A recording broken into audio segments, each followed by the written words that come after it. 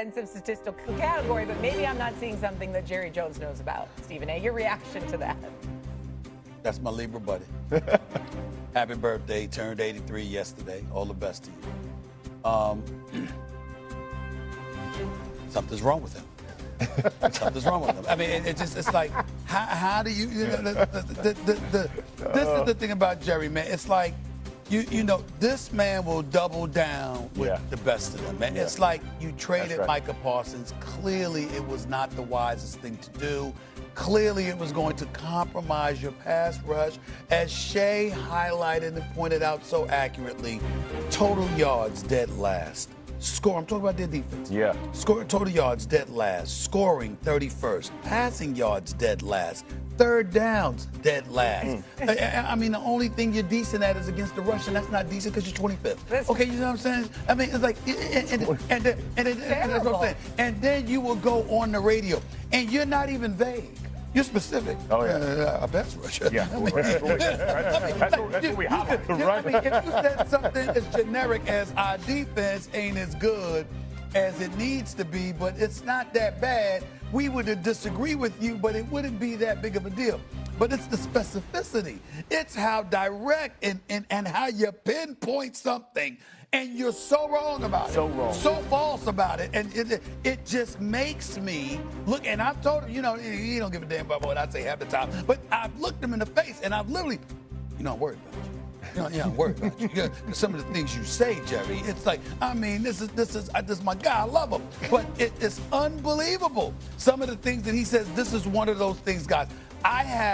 There's no defense for it. It makes no sense. I don't know why he would say that publicly. I don't know.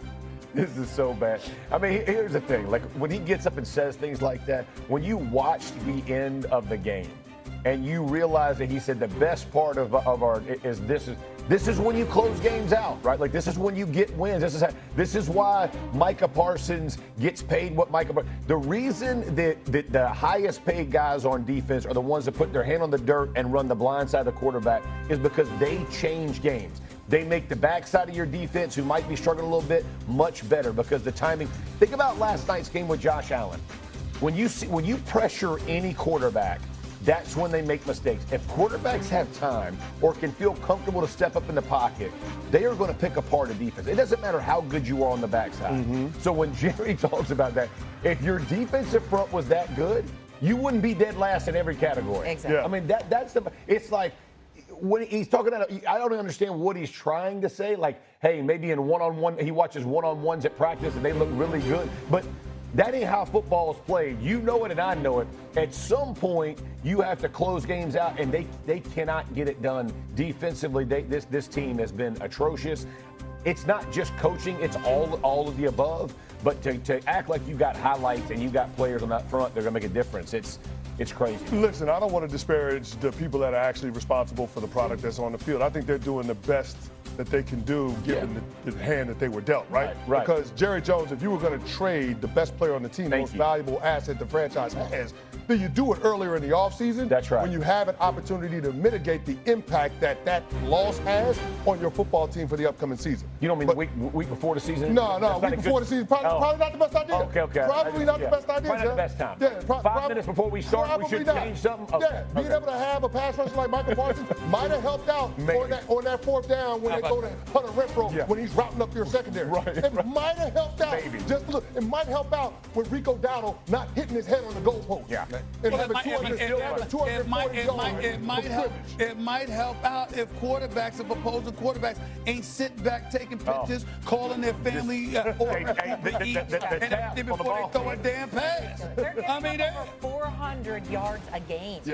Over 400 yards a game. Yeah, this is not on Matt Eberflus. That's work. This is not on Matt Eberflus. No, you can have Vince Lombardi, Bill Parcells, and Bill Belichick all in the booth calling the plays for the defense. It ain't gonna help that defense. Right. They just don't have the pieces. Yeah, the dudes. They don't have the guys. The dudes matter.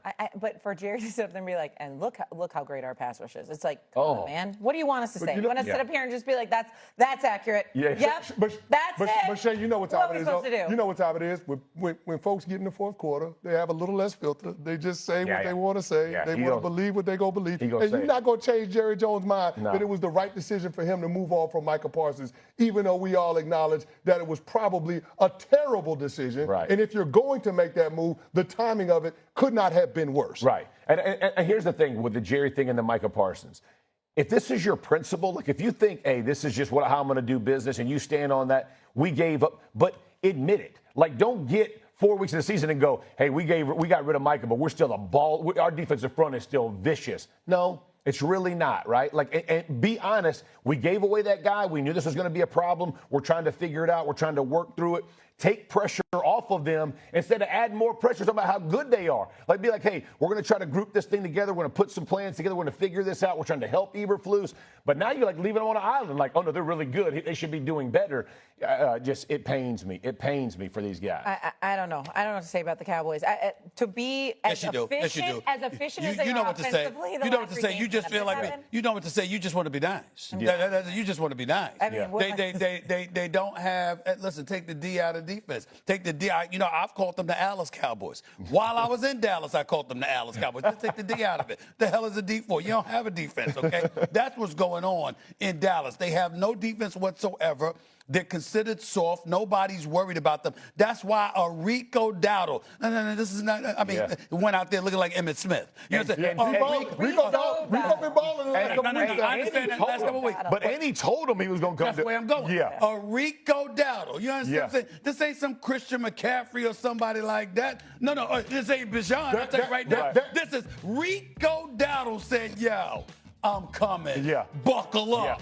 And then ate them off. Strapped it on and put it on them. So whoever the running back that's playing the Dallas Cowboys that week, start him on your fantasy team. There you go. That's Because you say Rico Dowdle ain't Christian McCaffrey or Bijan Robinson. Guess what? He looked like that on Sunday. Yes, he did. He looked like that on Sunday. Yes, he did. Like when he played great the week before, right? Yes, he did. He was unbelievable. But as you looked at that defense and you looked at what they were capable of doing, there was no fear of any call.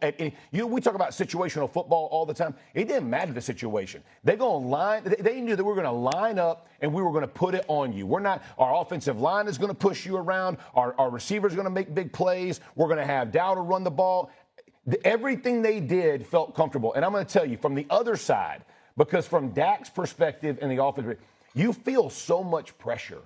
Every drive has to be perfect. Like, you literally think going into a game, every possession's got to be a score. And honestly, 75% need to be touchdowns. That is a terrible way to go into a game and feel like that. And when you got guys calling out your defense who played on your team and being like, man, I'm about to come in there and just beat y'all down, and then does it, like, that is just tough. Disheartening. It's Rico, just disheartening. no Dowdle, if you know what I'm saying. There you go. Okay, football boys, we'll see you a little bit later. We're going to move on. We're going to go from star to a diamond because it's time to talk a little baseball.